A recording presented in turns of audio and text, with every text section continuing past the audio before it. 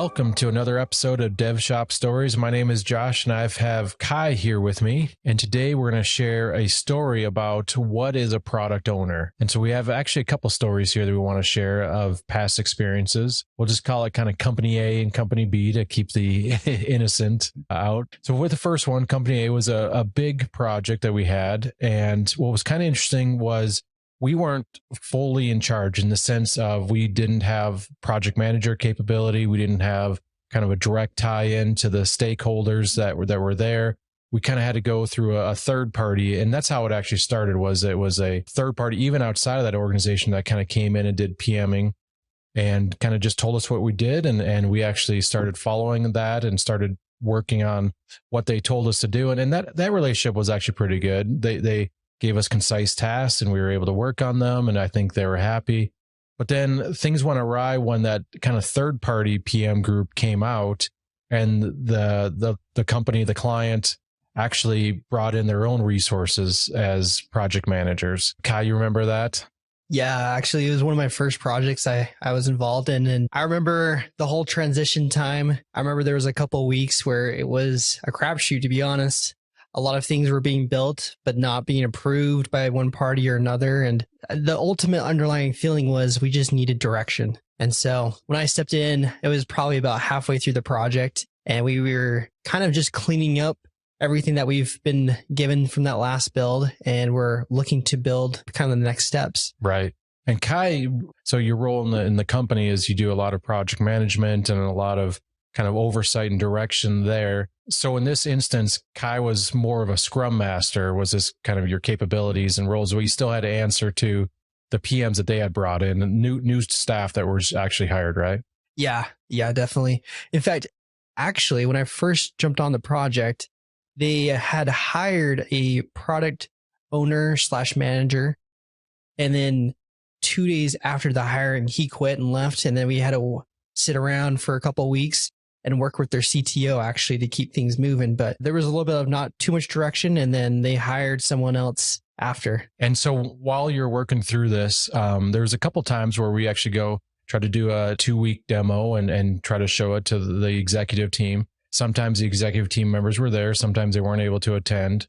But you remember one instance where you actually were demoing this to their CTO and their, the head boss there, right? Yeah. So it was kind of a similar thing that during that time period, their CTO kind of guided us and they actually gave us documents and information of what we should build for that sprint. And so we followed their direction. We had everything ready with QA'd, everything was working perfectly. And when we did the demo at the very end, their main stakeholder, their CEO, looked at it and said, "Thanks so much, guys. This looks great. But why did you build it? This has nothing to do with our strategy." Yeah. So. And then kind of what happened there was the CTO on the same call said, no, I think this actually is what we want to do. And they kind of had like a little argument back and forth right in front of us. And it was a kind of a weird little kid watching their parents bicker. And yeah, we just didn't know what to do. But we built exactly what was to design and documents.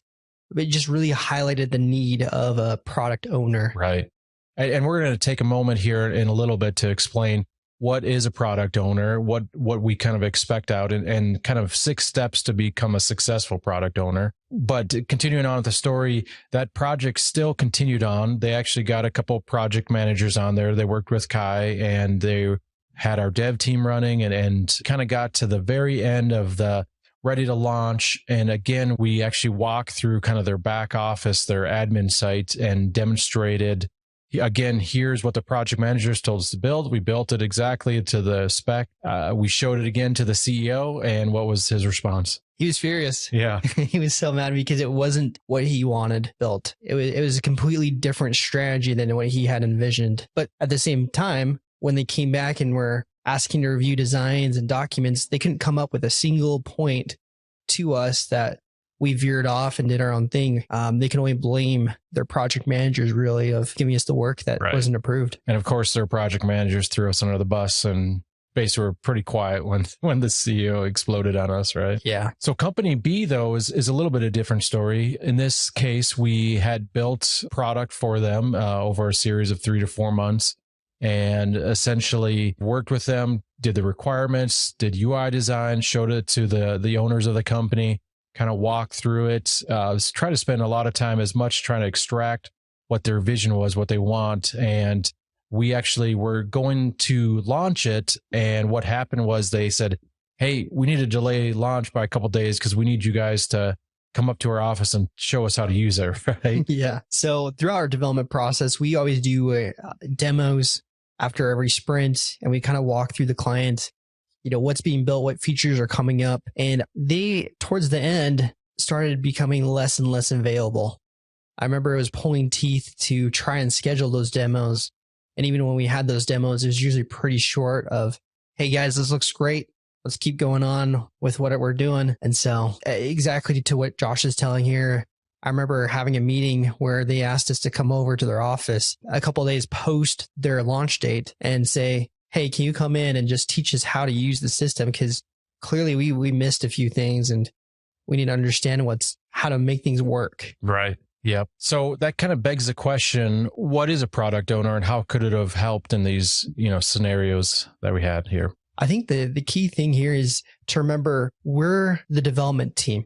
We're a development partner, meaning we work with you and look at your strategy that you're giving to us and try to build a product to match that. If there's no strategy, if there's no coherence there, then we will struggle. And so to that effect, the difference between a product owner versus even like a project manager is the product owner is from the client side, the one that's going to be kind of like the champion for the stakeholders, for the clients, for whoever's going to see the product. And then the project manager is going to be the guy that's going to be executing on those and making sure we hit those timelines. Right. And in the case of a product owner, it usually is not the person that kind of came up with the idea, right? It's a lot of times you see at these companies, you'll have like a creative that sits at the head of the company as CEO, and he just gets, he or she gets this wild hair and says, what if we built an app that did this, and they're also in charge of so many different things that work of making it turn into a materialistic thing and actually execute on it gets handed down to somebody else in that organization is ideally what we have. I mean, sometimes we have worked directly with that CEO level and got the idea, but that becomes extremely difficult because they say, well, make it look like Instagram, but add Tinder into it and add LinkedIn and might as well add Pinterest, kind of thing. And I've got this great idea. And you're just like, well, let's boil that down a little bit more and a little bit more granular. And so the product owner is somebody that's on the client side that is going to do those negotiations internally to try to help us answer and extract requirements out that we can actually build against. Exactly. To that point, finding the right person is critical. And there's going to be 6 steps that we're going to go over here on what makes a successful product owner. But within each one, it's a big job. And it's something that we as Red Sky can kind of help, but we can't do for the client because we're not the company. We don't know the strategy. We don't know the reason of the product. We only know what they tell us. Yep. So the 6 steps to a successful product owner. Number 1 is identify the right person. So this person needs to be able to show up to all the meetings that we need to. They need to be able to answer those questions. They need to go and actively reach out to the stakeholder and make sure that their needs are being met, as well as when the dev team or the project manager on our side, on Red Sky Engineering side, happens to come across, they can basically have a shared relationship. Like, hey, you go do your stuff on your end, we'll do our stuff on our end, and then let's meet again, right? Exactly. It's the counterpart to our project manager, which kind of brings us to step number 2, which is organize and prioritize. So as the product owner, you're going to be working with the stakeholders within your company, and you're going to be identifying the key features that's going to make your product stand out. You're going to identify the requirements and ideally work with our designer to get those initial designs out. Part of this is understanding from a multitude of people that there's going to be requirements coming from your marketing team or from your finance or from legal. And it's